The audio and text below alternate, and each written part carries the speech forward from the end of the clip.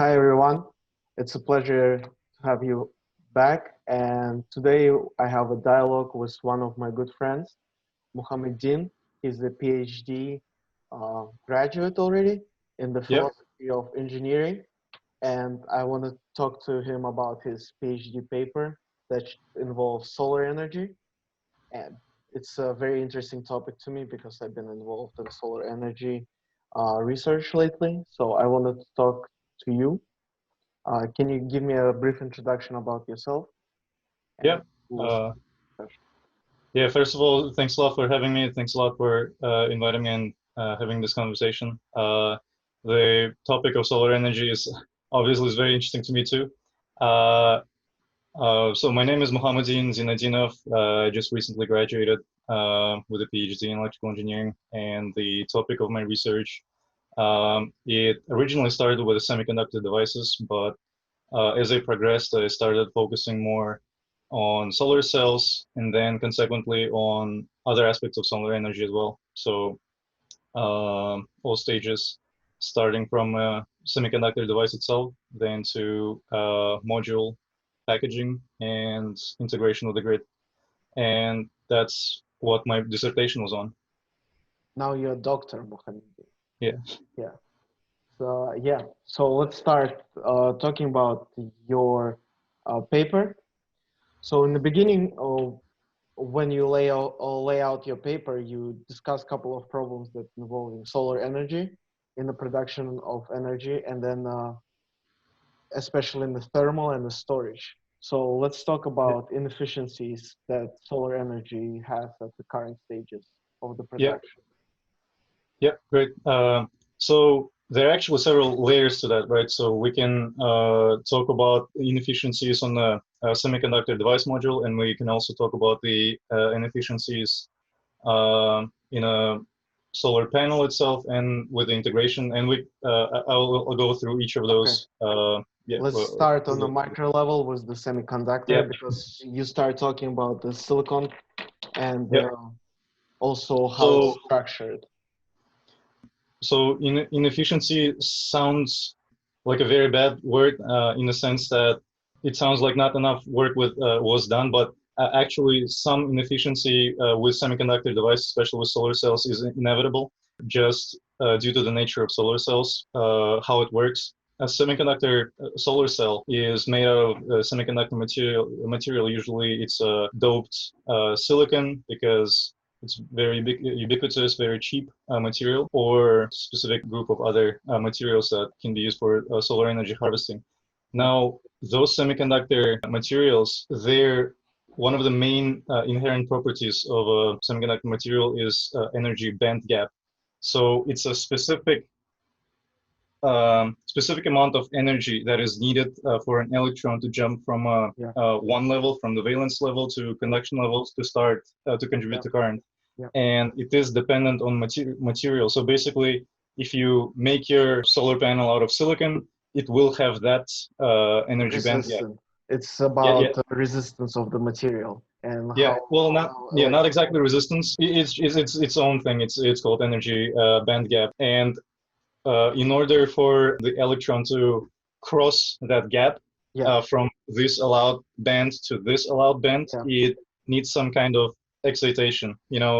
Very rarely it happens randomly. Sometimes it can be just enough thermal excitation. In case of the solar cell, it is of course photons.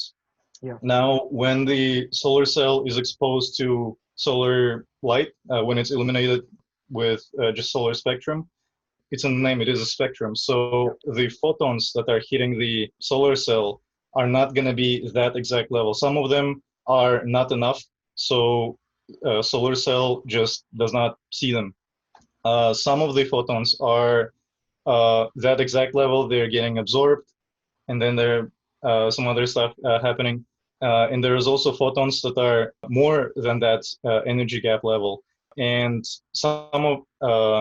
some of that energy is spent for the electrons to contribute to current, Yeah. but that excess energy is also dissipated as heat because Yeah. energy needs to be conserved when the photon is too energetic and it's collected. Law of Yep. thermodynamics. Yeah. So unless you make your solar cell out of, infinite layers of materials, each for that specific spectrum, Yeah. you will not be able to get 100% efficiency. So even theoretical limit for, for solar cells with infinite many layers Yeah. is not 100%. It's like, I believe it's 65 or 80, something like that. But it's never going to be 100%. Why I'm It's mentioning that? it's also in any energy production, you cannot get Yeah, 100% efficiency. It's yeah, always that some energy will escape yeah, or through the production of the energy, through the production of the energy.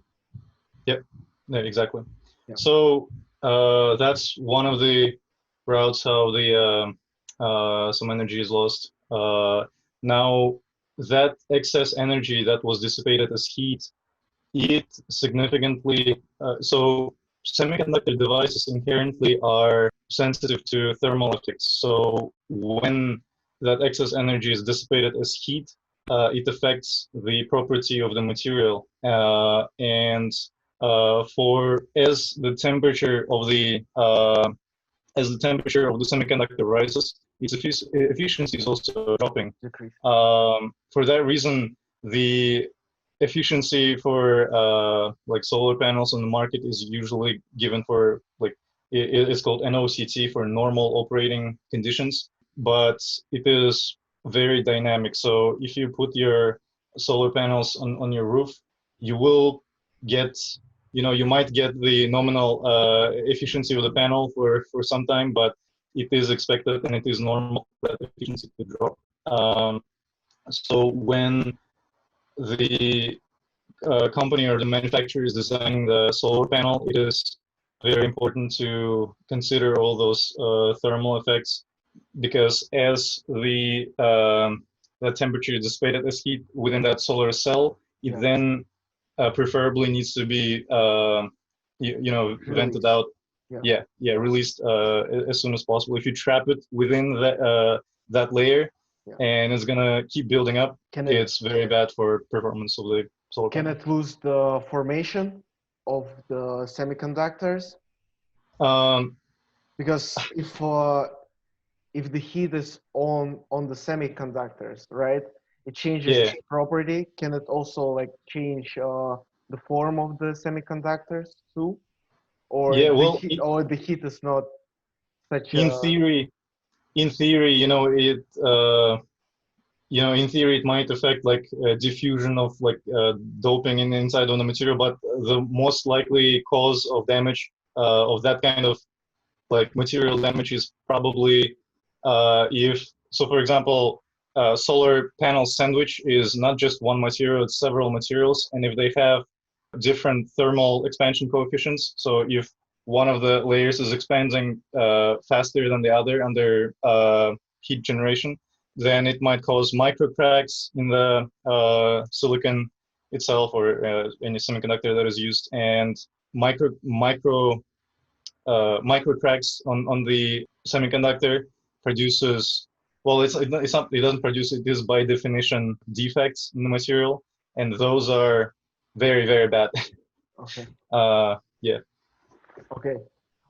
So when I was reading your paper and you were talking about thermal energy escape from the solar panels, I was thinking, is there a solution of just ventilating solar panels where it just stays on the same level, or it doesn't work like that? You know Well, how in the computer we have like ventilators to yeah. Well, that's the question cooling. of return on investment. Like theoretically, you could do that. You can also, spill some cold water on it regularly, but in the scales when we talk about like a utility scale, or even when a solar panel is in your roof, to add a system like that, even a simple fan Yeah. or some kind of cooling, it will add additional cost, Yeah. additional maintenance, and so on. So if it makes sense financially, maybe it's okay to do that, but in reality it Doesn't make most often does not make sense. Yeah, okay. just financially. Okay. So the next thing that I always face when I read about solar energy, it's about storage of the energy. It's Yep. because at night we cannot produce any solar energy, right? Because Yep. there's no sun, and we cannot generate energy to heat up and to light Yep. up our houses. And it's still one of the times that we really need it. So Yep. how did you deal with the storage problem? Yep. So that is a very relevant problem in solar energy right now in energy grid, because to answer your question directly, we didn't directly deal with energy storage because, well, let me think about it. Let me think whether I should first explain that and then the overall problem, or the overall problem and We then the should, story. I think you should So do the story and then we will return yeah, to yeah, yeah. the overall problem. Yeah. So before we start talking about storage, one thing that I think maybe general public should understand about the renewables, in particular about solar energy, is, for example, in order to have 120 volt in your outlet and 60 hertz, the demand on one side, on the consumer side, and the supply on the power generation side, they need to be always balanced 24/7, every second. They need to be balanced. Otherwise, if, for example, at some point, I don't know, everyone turns off their fans, simultaneously, or when it's Thanksgiving and everyone turns on their ovens, it's a huge, let's say, unexpected demand for energy. And when that side cannot keep up with that much energy to give, then we have irregularities in the grid. In the So a lot current. of safety circuits will trip and so on. Now, why I'm bringing this up, solar energy is inherently very unpredictable because it has some characteristic curves. So we know that, it's something that looks like a normal shape. Yeah. It peaks at noon, and then in the morning and in the evening, it doesn't produce as much.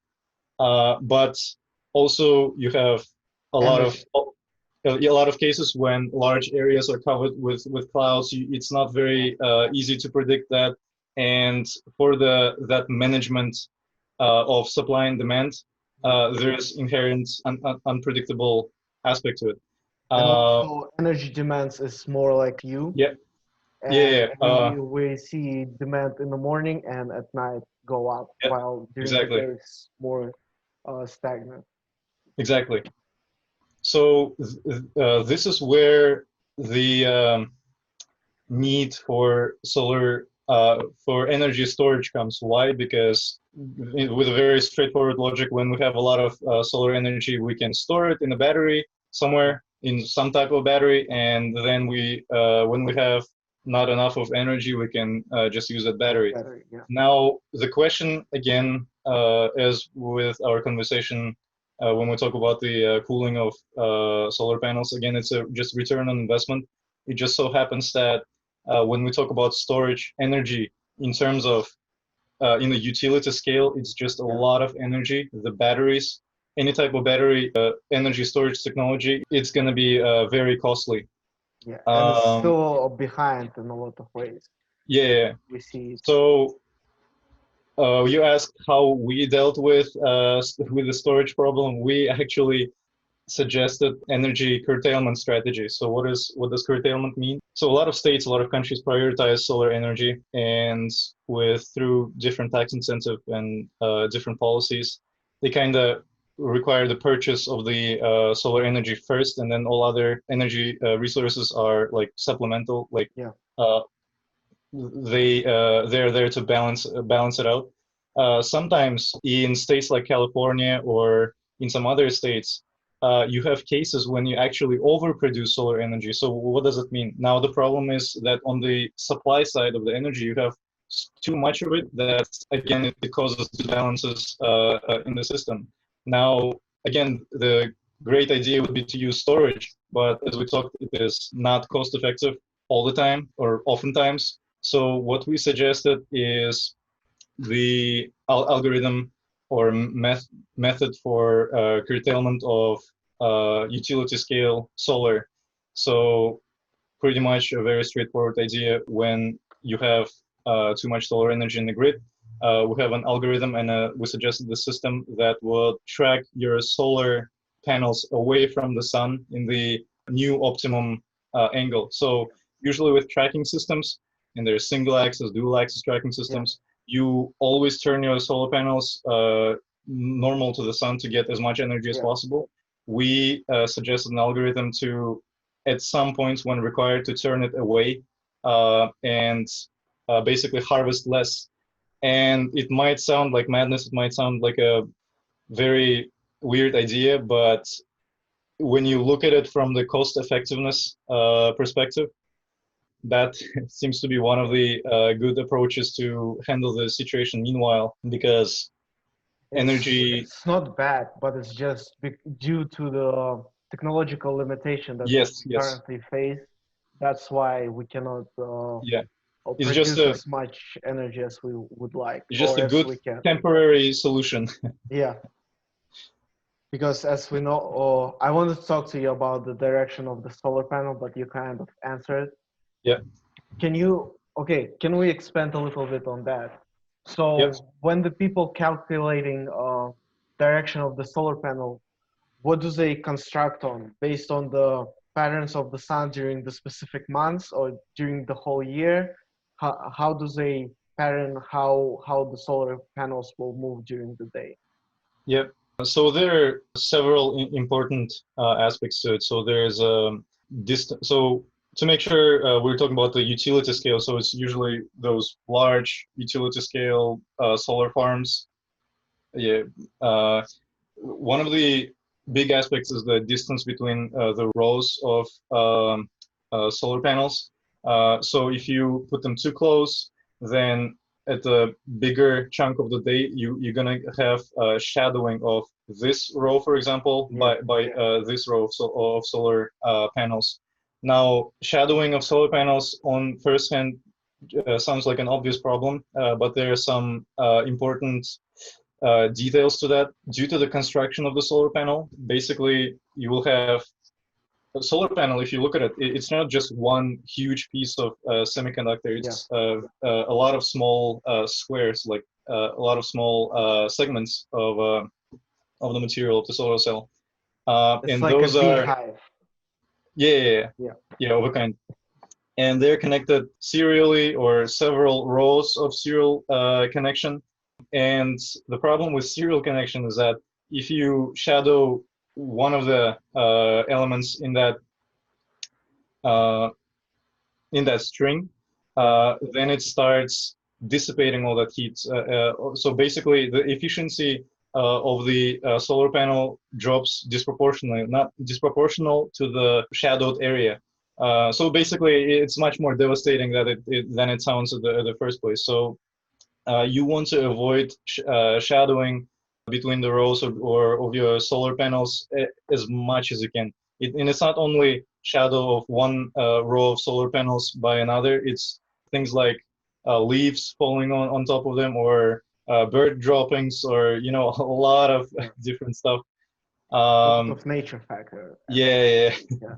But on the other hand, you cannot have those rows like infinitely far apart from each other, because you also have a cost of land and cost of maintenance and all other associated costs. So there is another side to it. You cannot have your rows of solar panels infinitely far apart, because you also have a cost of land that you need to account for. So you would prefer so you have your solar window when you have a lot of solar energy produced. So you will make sure that within that solar window, that peak, you don't have shadowing of your solar panels. But you'll have to sacrifice some of that energy. You just, it's inevitable. So by your calculation, what is the perfect distance between one panel to another? Yeah. It very much depends on the location. So this kind of questions is usually asked by like case by case. Why? Because for you will very rarely find like a flat like area of land to cover with solar panels. It's always some kind of hills and everything. So it's very often just custom calculated and modified for that specific area. Um, I think you can you do have some like rules of thumb, but I don't remember the numbers for those. Okay. Yeah. Uh, quick thing I wanted to return. It's just more like a nerd question. Yeah. So you know how so the solar panel absorbs the light energy, right, Yep. from the sun, and the light is on the visible energy spectrum, right?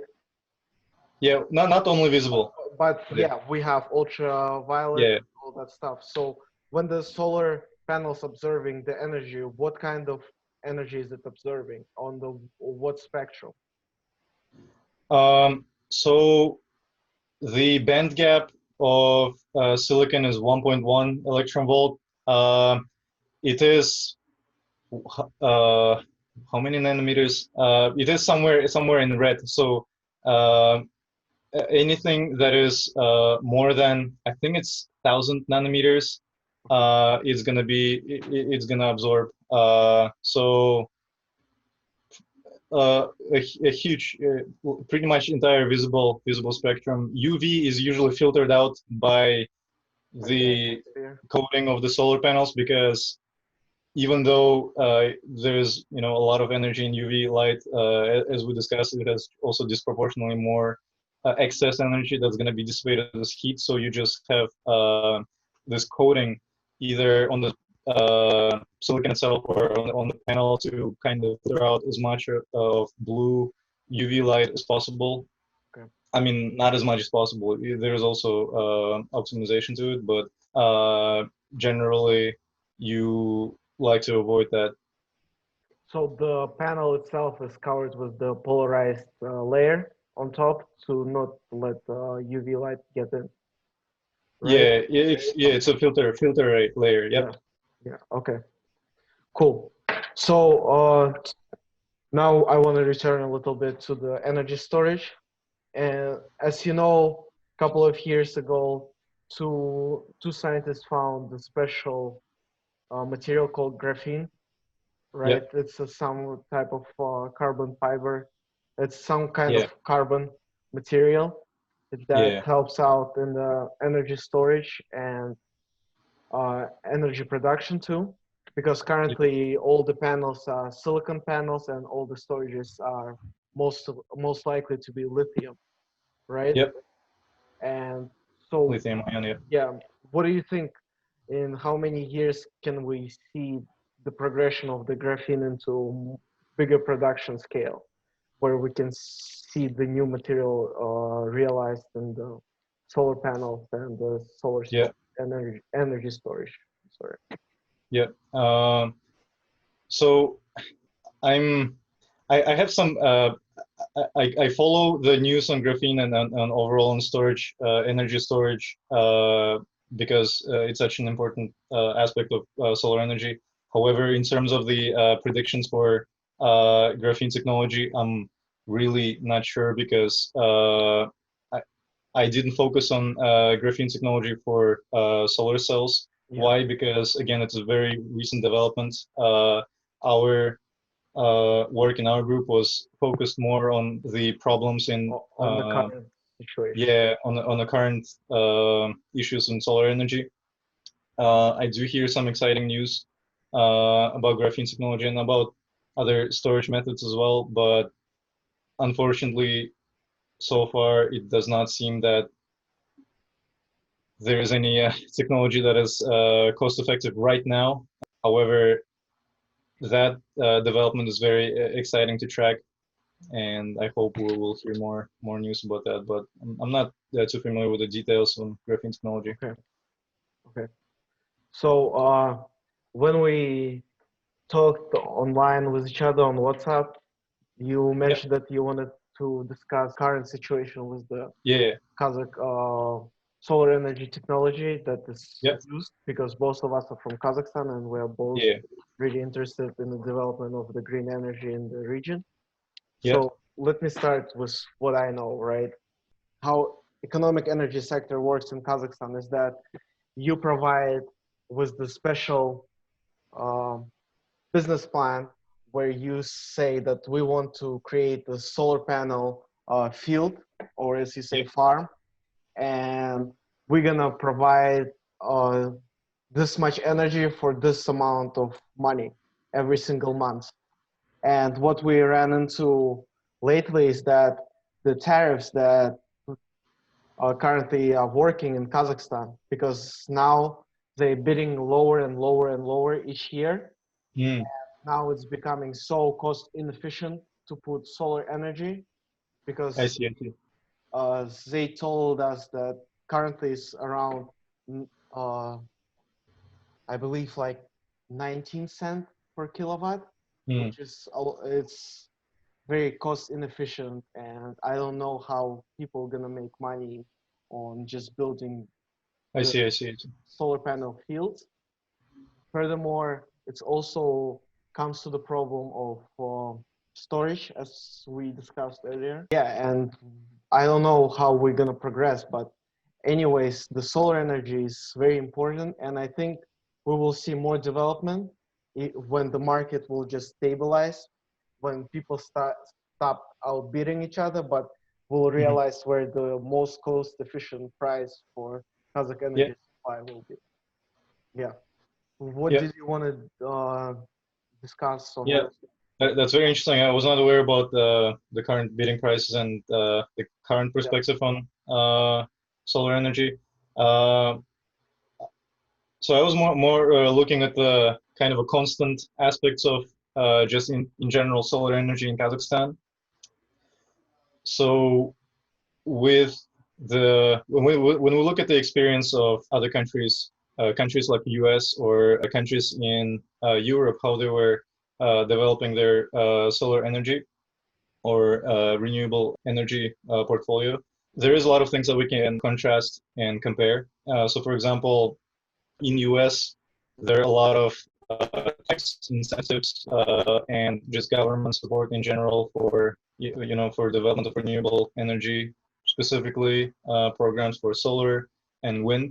And it was and still is. Well, these are programs that are phasing out gradually, but those gave a huge like initial boost to solar industry in US, for example. Yeah. In countries like Germany, in Europe, they have. I'm not aware of their tax incentives, but they have a slightly different situation. Why? Because just geographically, the country itself is more compact. It has neighbors that are also compact and are interested in solar energy.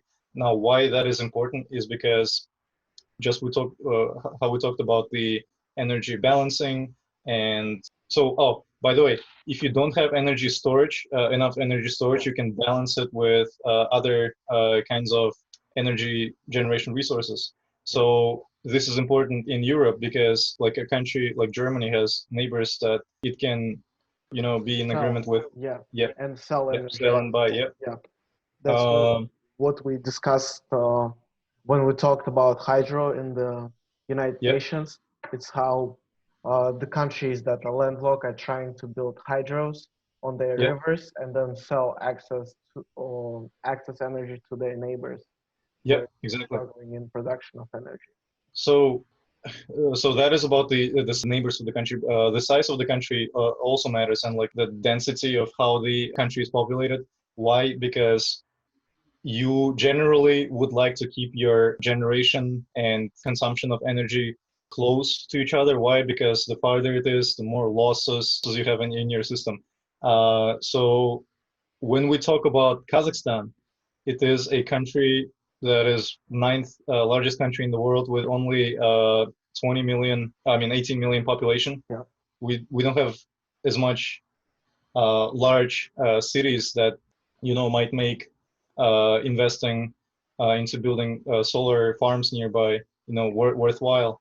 So there are some inherent aspects to the just prospects of solar energy development in Kazakhstan. Yeah.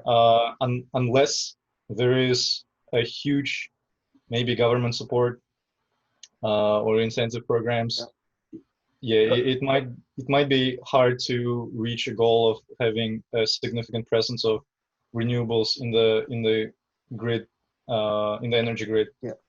Because when we talk about green energy, we always talk about like big benefits, right? We talk about Yeah, economic benefits, and then we talk about like social benefits, that we don't yeah, release uh, carbon dioxide in the air. yeah, But in my opinion, right, we also need to understand in what kind of situation the cities yeah, yeah, are, especially Almaty, right?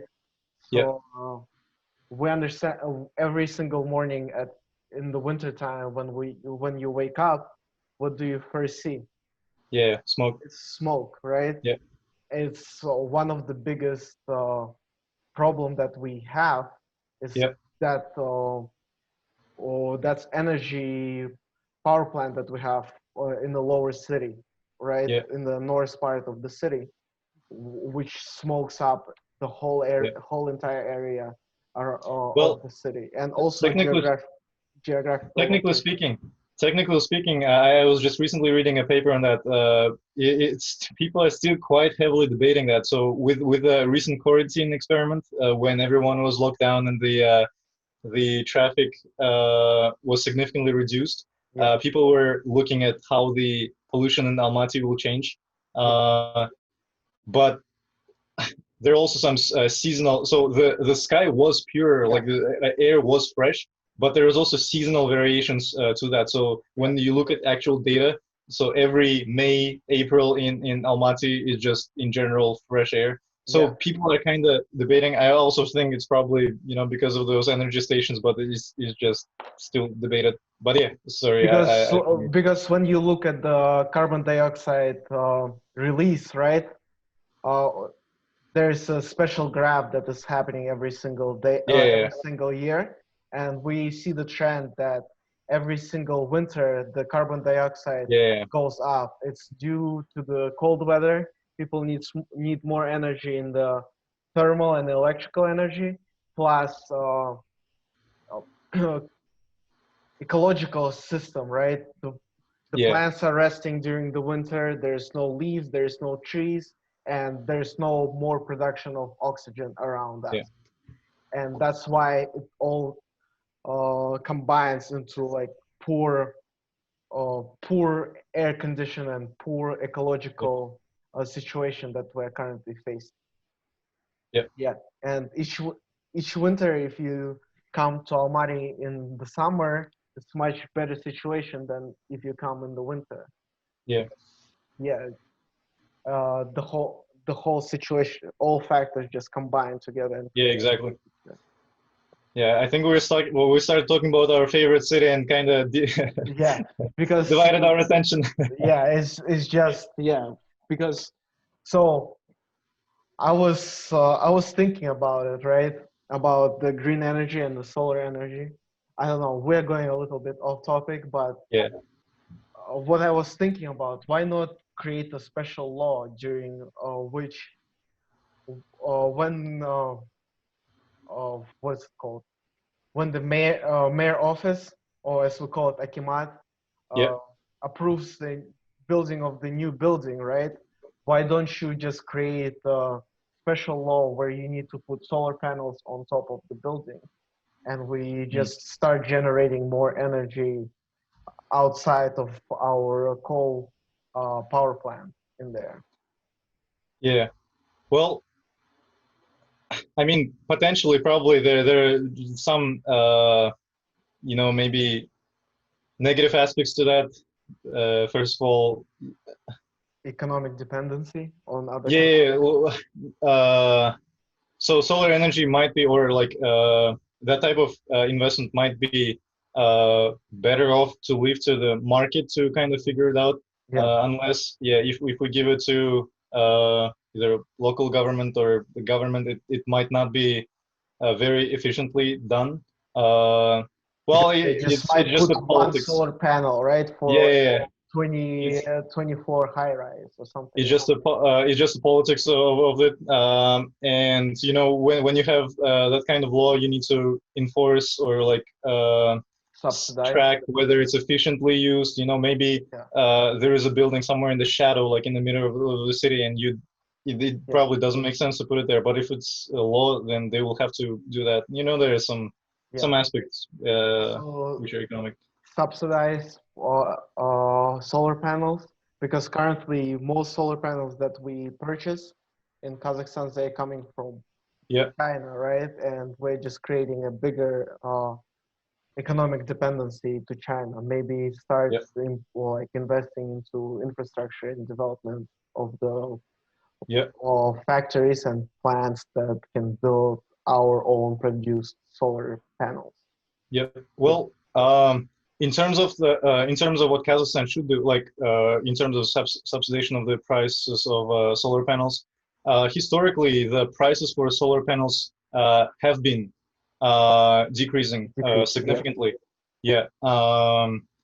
And you know, maybe for Kazakhstan, because it's already happening naturally, because of the policies that other countries are implementing. Yeah. In this sense, we might even just not intervene and piggyback on the Yeah. naturally falling prices of the solar panels. It just, you know, the issue of effectively using resources. Maybe for now, solar energy is not the biggest priority for Kazakhstan. You know, like it's also a possibility. It's one of the developments that we would like to see in the future. Yeah, yeah. Yeah. No, of course. Yeah.